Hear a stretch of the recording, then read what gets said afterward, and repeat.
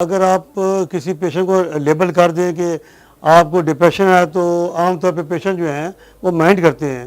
ایک قسم کی متھ ہے. یہ لوگ اس کو سمجھتے ہیں کہ شاید میں پاگل ہو گیا ہوں یا مجھے پتہ نہیں کیا پرابلم ہے کہ مجھے آپ نے ڈپریشن لیبل کر دی. پیشنٹ اکثر مائنڈ کر جاتے ہیں. حالانکہ یہ جس طرح باقی بیماریاں ہیں، اب جیسے ٹائیفائڈ ہے، کوئی اور بیماری ہے، شوگر ہے، اس طرح یہ بھی ایک بیماری ہے اور اس کا علاج بھی ہے. اور اس کے علاوہ علاج کے سے پہلے بھی بہت سارے طریقے ہیں جن کے ذریعے ہم اس کو ٹھیک کر سکتے ہیں اور اس کی وجہ سے جو پیشنٹ کی جو لائف ہے وہ بہتر طریقے سے گزار سکتا ہے اور جو کمپلیکیشنز ہونے والی ہوتی ہیں فیوچر میں ان سے وہ بچ سکتا ہے. ڈاکٹر صاحب لگے ہاتھ ہوں اگر آپ ہمیں بتا دیں کہ ڈپریشن کی ٹائپس کتنی ہوتی ہیں تو وہ بھی ہمارے پیشنٹ کے لیے ایک ہیلپ ہو جائے گی. ہاں، جو ڈپریشن ہے بیسیکلی دو قسم کی ہوتی ہے.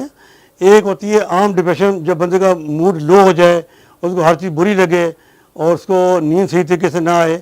تو یہ سم ٹائم کوئی ایسا کوئی ایونٹ ہوتا ہے یا کوئی ایسا واقعہ ہوتا ہے جو بندے کو وقتی طور پہ ڈپریشن ہوتی ہے، لیکن جو ہی 2-4 دن گزرتے ہیں تو بندہ پھر نارمل لائف گزارتا ہے اور وہ ڈپریشن ختم ہو جاتی ہے.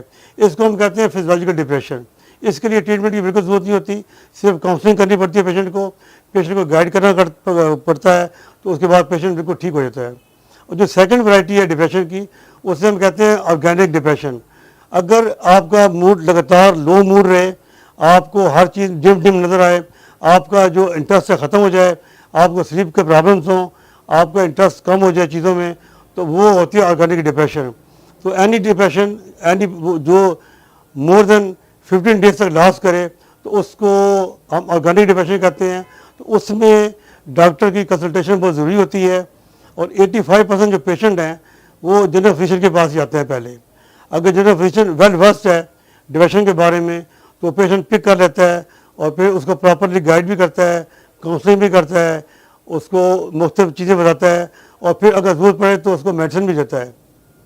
ڈاکٹر صاحب یہ بتائیے گا جب پیشنٹ آپ کے پاس ڈپریشن کا پیشنٹ آتا ہے یا کسی اور ایسوسیٹڈ ڈیزیز کا پیشنٹ آتا ہے لیکن آپ کو لگتا ہے ڈپریشن ہے، تو کون سے سمٹمز ہیں جن کی بیسس پہ آپ فوراً پک کر لیتے ہیں کہ یہ پیشنٹ ڈپریشن کا ہے؟ اگر ایک پیشنٹ ہے جس کا موڈ لگاتار لو رہ رہا ہے اور اس کو کسی چیز سے خوشی نہیں ہوتی، کوئی بھی چیز اس کو دے اس کو کسی چیز میں انٹرسٹ نہیں ہوتا، مطلب نہ اس کو نماز پڑھنے کا مزہ آتا ہے، نہ عبادت کرنے کا مزہ آتا ہے، نہ ٹی وی دیکھنے کا مزہ آتا ہے، کسی بھی کام میں بچوں میں خاص طور پہ گھر جائے گا بچوں سے وہ اچھے طریقے سے نہیں بولے گا اور جو بھی کام ہے دنیا داری کے اس میں اس کا دل نہیں لگے گا. تو اس کا موڈ لگاتار اس کا موڈ لو رہتا ہے اور اس کا انٹرسٹ بالکل کم ہوتا ہے. اور دوسرا سلیپ کے پرابلم ہوتے ہیں، اس کو نیند صحیح طریقے سے نہیں آتی. اگر آنکھ لگ بھی جائے تو یا تو خواب آنے شروع ہو جائیں گے یا پھر اس کی آنکھ 2 گھنٹے بعد کھل جائے گی اور اس کے بعد اس کو نیند نہیں آئے گی اور مختلف قسم کے خیالات اس کو آتے رہیں گے جو کہ نیگیٹو خیالات ہوں گے سارے.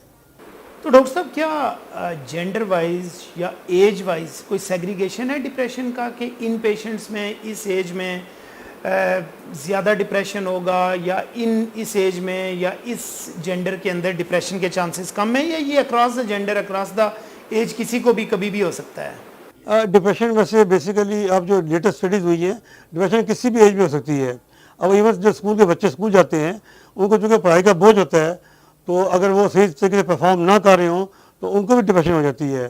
یا بعض بار آپ کا کوئی ساتھی جو ہے وہ اس کو کوئی پرابلم ہو جائے یا کوئی ڈیتھ ہو جائے کسی کی، اس سے بھی ڈپریشن ہو سکتی ہے.